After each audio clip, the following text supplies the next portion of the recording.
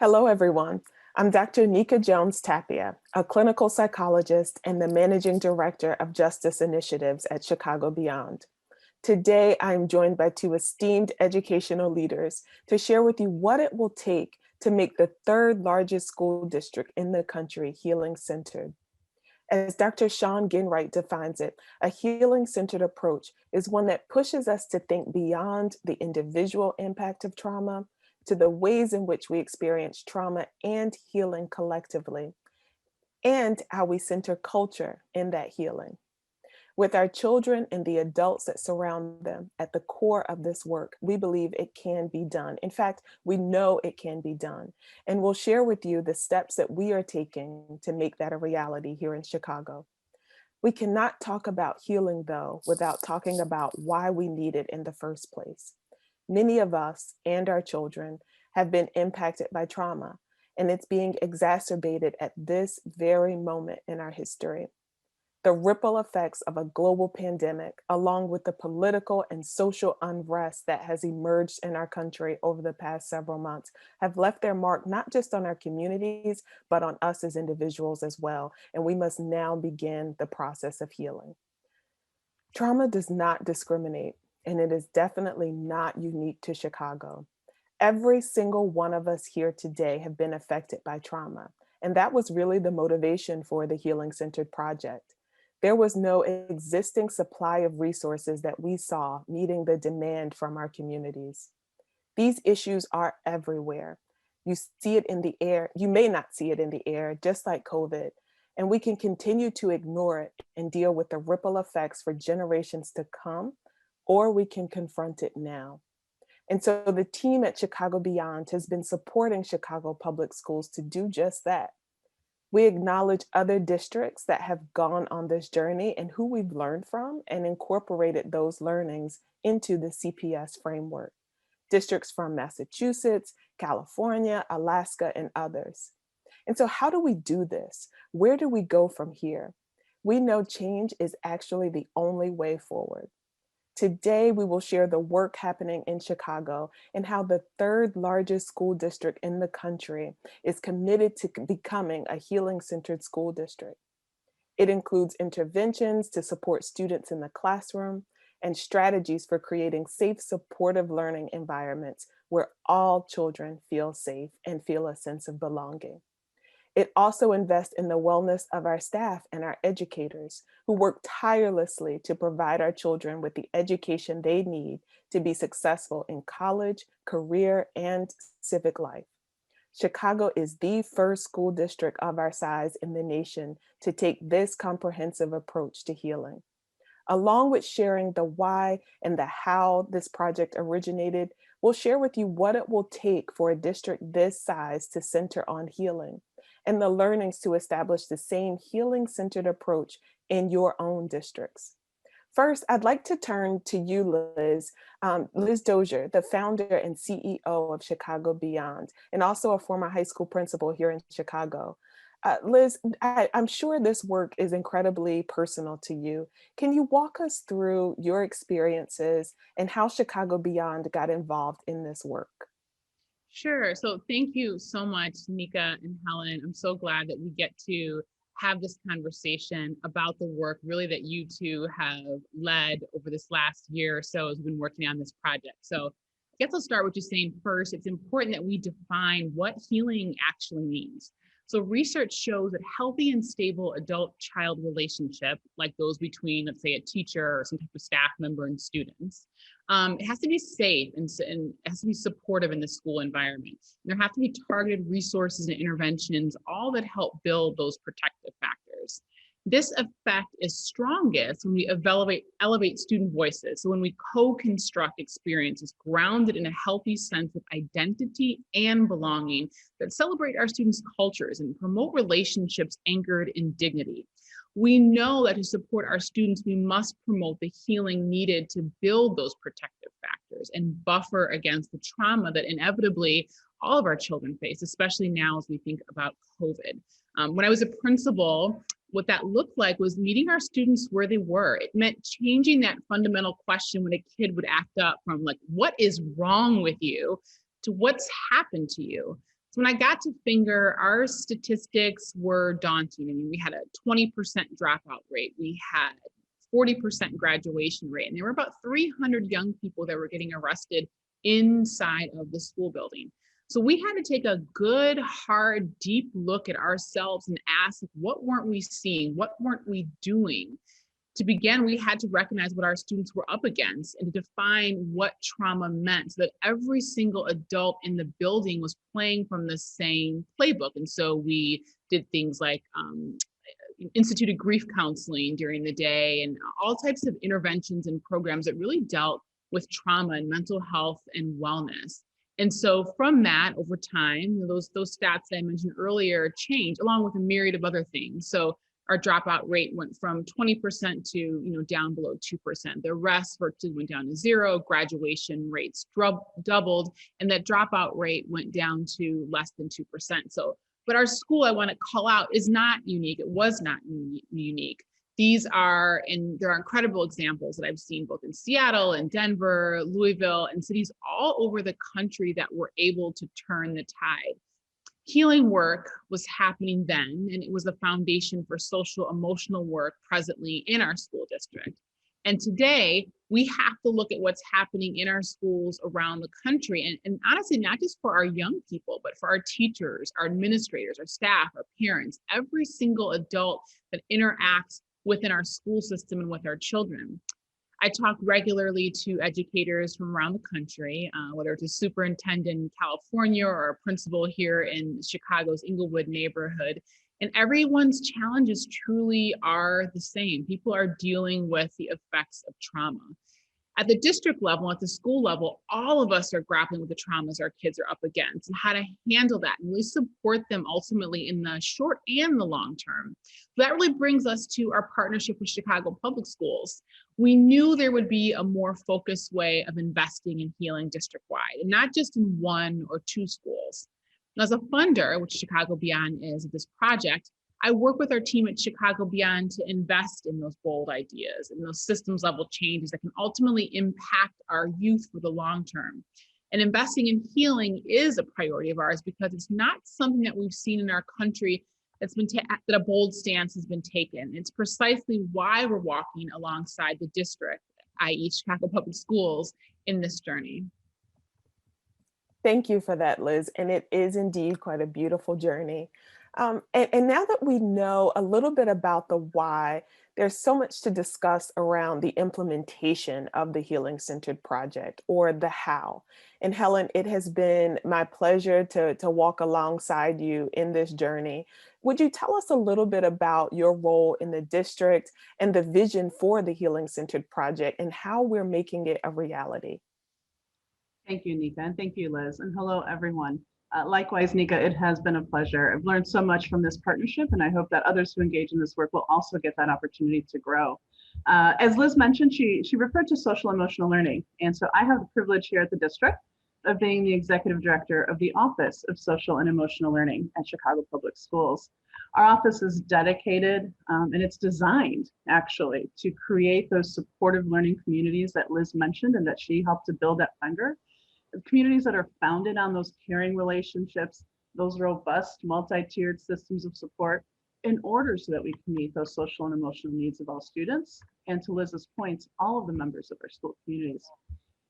I have worked, like both of you, as a licensed clinical social worker in particular for over 20 years. And I can say that in no time more than now have I seen such an urgent need for the work that our team that we've done and will continue to do, and especially for the need to respond to trauma.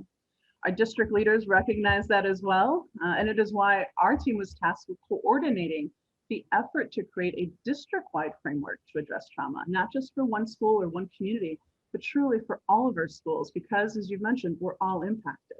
So the Healing Centered Project is an opportunity.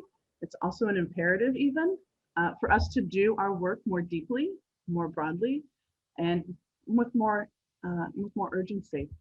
So Chicago Public Schools has long recognized and invested in the importance of SEL. Liz mentioned that, but it is also prioritized in our district's 5-year vision. This is a commitment that is not ending anytime soon. And I think that's important in thinking about how to do this at another district is what is that investment look like from leadership, from other departments. So we know as a district that safe and supportive school environments, those connections to caring adults, those targeted supports like grief counseling that Liz mentioned, those are all important to students' learning, but they're also important to their wellness and their healing and those SEL competencies that are important for college, career, and civic life. So we take a whole child, whole school, whole community approach to our mission, both in our office, but also as part of this healing centered project, which is why when we began the journey that we've come along together on, we knew we couldn't do it alone. In addition to Chicago Beyond, we needed the partnership and support of our other district leaders and departments. And so even though it was part of our mission and we were tasked to do it, it really required other community partners, other stakeholders, for it to truly be healing and for it to really model the work that we want to do. And so we brought together a task force, internal partners, as well as we sought out and solicited input from our stakeholders, our students, our parents, our community partners, our school leaders. And that's how we began this journey. Even though it's, again, our mission, our first step was to bring people together and to keep those people together. We're about to release the first draft of our framework. And so that collaboration and communication between our offices, between our communities, and between our stakeholders is actually going to continue. That's a commitment we've made. So one of the things that's part of the framework that we are going to be releasing soon is the idea of what is trauma and the importance of actually defining it. And so in Chicago and even across the state, there's an effort to create greater awareness of trauma, the language of trauma, a shared definition. And so for us, it was important as we did this work and defined this framework that we had a shared understanding and definition and language for our district, because then we can all share in the commitment and the responsibility for the work. So for us in building this framework, defining trauma was one of the key elements. Overall, the framework is an organized set of objectives. It collectively defines the vision of a trauma-engaged and culturally responsive school district for Chicago Public Schools.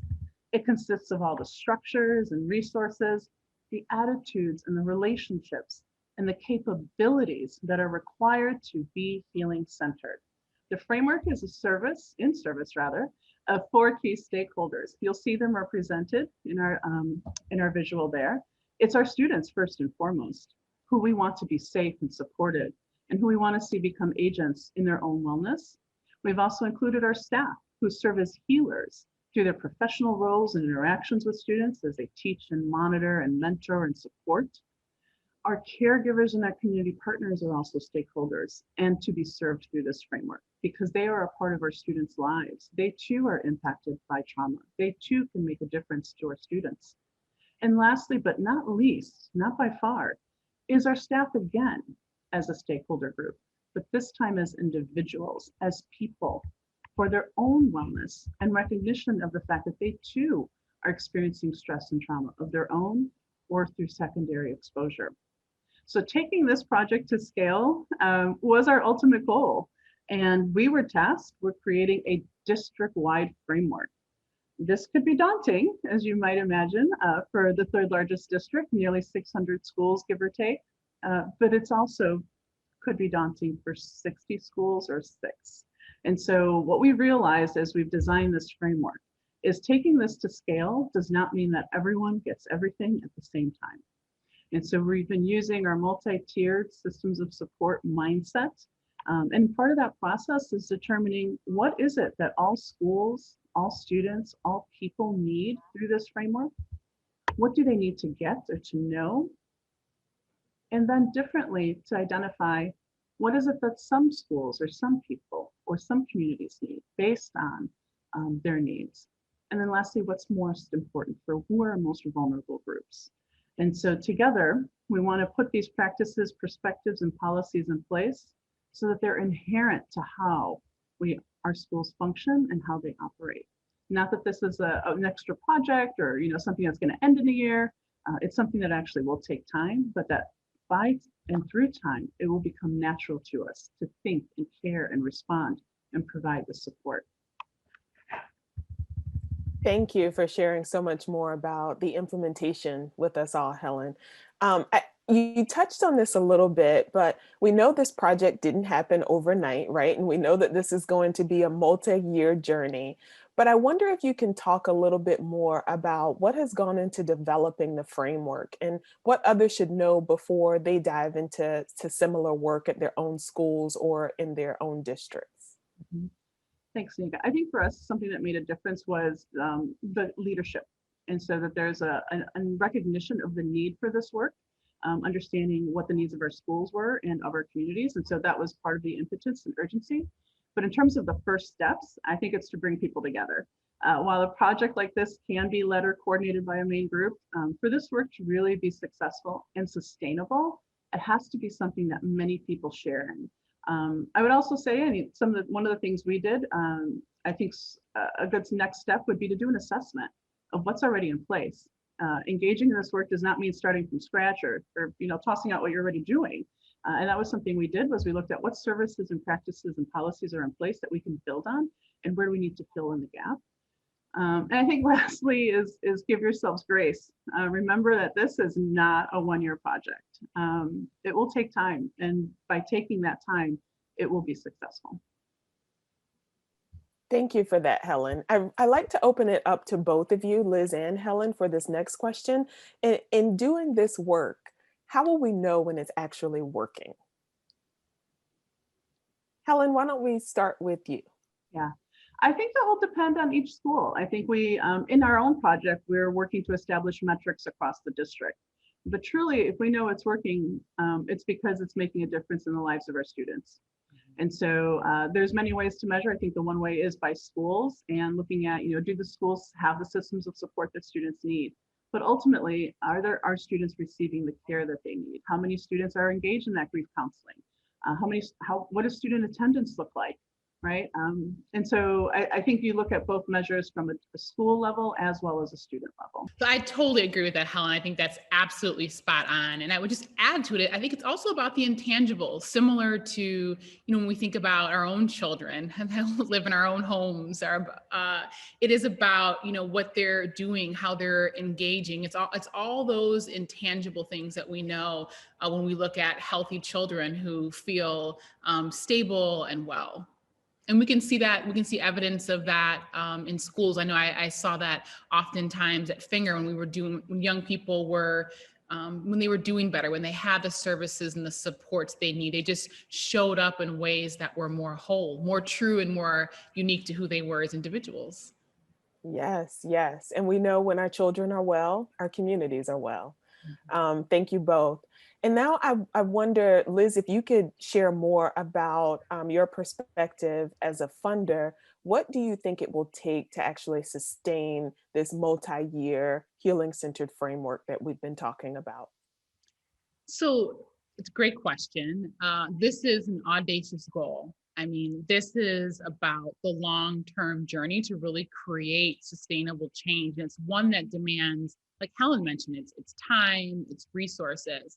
I would also add to it that it's not just about what's coming from philanthropy or other funders. I think, philanthropy obviously has a unique opportunity to support, projects as they start, or to support, initiatives. They're kind of getting their feet underneath them. But it's more than that. It is really about not just even Chicago Public Schools, about how we think about, healing as a whole in our country, and how we are building those supports into our district budgets across the country to really look at children in our schools holistically, and not, in siloed or isolated pieces. So I believe at this time, I think of it as like really challenging, philanthropic institutions, social investors, grant writers, and folks to really seize this opportunity to seed and invest in their own districts with the long-term eye towards, how do we build this into our course of business?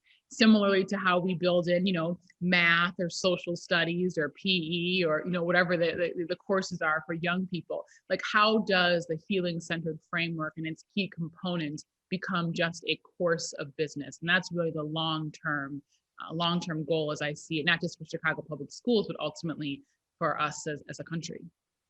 Liz, I couldn't agree with you more. We know that healing has to be woven into the fabric of our schools and our communities. And I also agree with you that no one person can do this work alone. No one school district can do this work alone. I'd like to end with a quote from an award-winning author, S. Kelly Harrell, who said, "We don't heal in isolation, but in community." Thank you all for joining us today. Thank you to our esteemed guests, Helen Antonopoulos and Liz Dozier. Be well. Thank you both. Thank you.